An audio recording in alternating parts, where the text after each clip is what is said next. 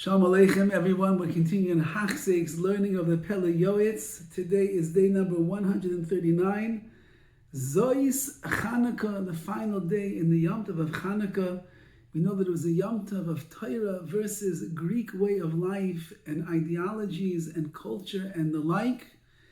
And we are learning today about the power of Torah and the learning of Torah, which is very apropos for the end of this glorious, beautiful Yom Tov. The title of this chapter is Gullus, is exile, and it's not what you think. Rabbi Chazal teach us, you should be goyle, you should exile yourself to a makom, a place that is replete and is filled, pulsating with Torah. Our sages teach us in truth, mitzvah ala adam sheyalda b'makom avosav. It's true that there's a mitzvah to live in the place where your father is. However, like a bird that is able to go and travel from its nest, a person should be able to travel from his place. It's impossible that a person should not be able to uproot himself if necessary. If he's already settled in a place and things are fine, then let him stay. However, but if he sees that he must uproot his dwelling place and go someplace else, Chazal say, someone is embarrassed in this certain place, he's lacking in this particular place, let him go somewhere else. You don't have what you need over here, pick yourself up and move. Now, what are you looking for? But when you have to move to another city, you go to a place that is filled with Torah. Because then you are promised, you're guaranteed. It's like an insurance. Your children will become Talmidei Chachamim. You'll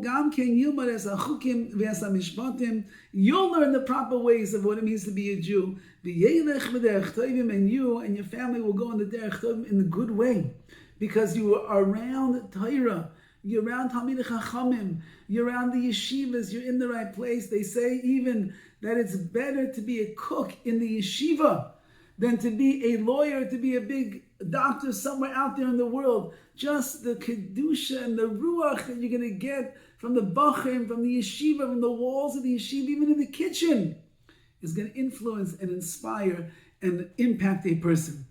The Yafama Rabbi Yosi ben Kisma, like Rabbi Yosi ben Kisma said so beautifully, even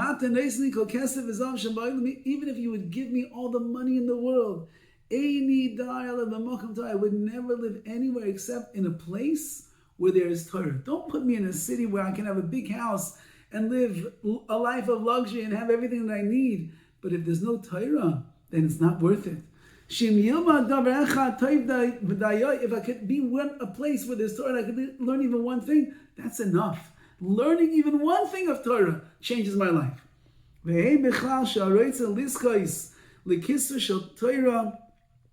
So to someone who wants to merit the crown of Torah, he can't find it in his place. There's no one to learn from. The father should send him elsewhere. Or the boy himself should go to a city of Chachamim. And the scribes and Talmidei Chachamim that were able to learn and teach him Torah. Don't worry about the effort that it will take to travel there. Don't worry about being distanced from your family. And it's not how much money it's going to cost.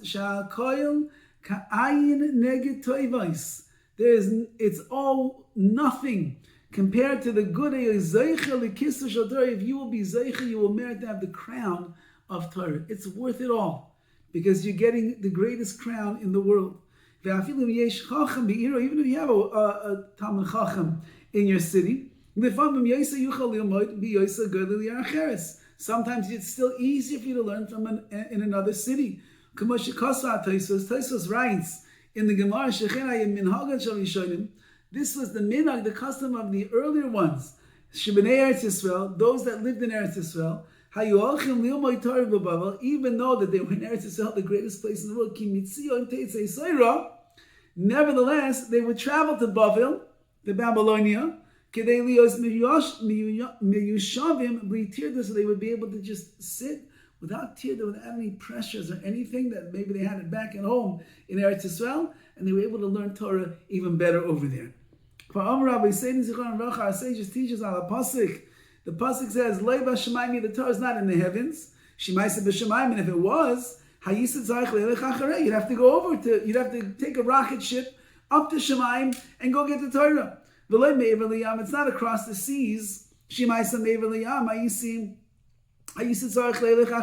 to jump on a ship and go all the way across the ocean to get the Torah.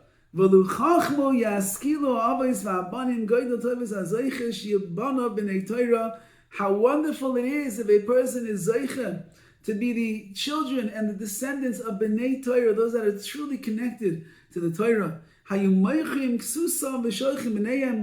They are willing to sell their clothing and send their children, the Mokam Torah, to a place where they'll be able to learn better. They'll send them to the end of the world. They'll send them to Mars. Elon Musk, he'll take him on his spaceship up to Mars to go learn Torah. That's where he's going to learn the best. That's what a Ben Torah father is willing to do for his child, so he can get the Kisra Shel Torah, the Keser, the crown of the Torah.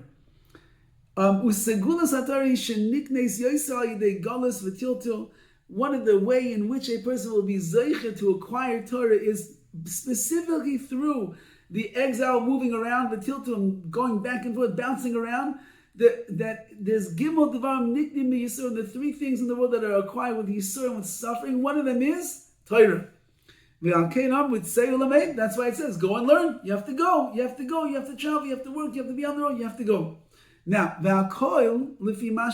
everything that we just mentioned all depends on what kind of a person you are. In our generation, this is Pele Yoetz 100 and something years ago, Allah has come all the more so right now.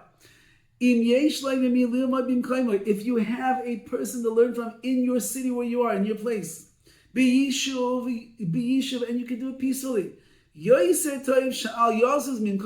that you should not leave your place. So the father's eyes will be able to watch over his children.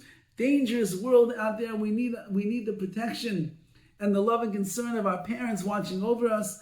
If he's married, he'll live by his wife, but he should not go elsewhere if he doesn't need to go elsewhere. And that's what Pele Yoetz is saying in his generation.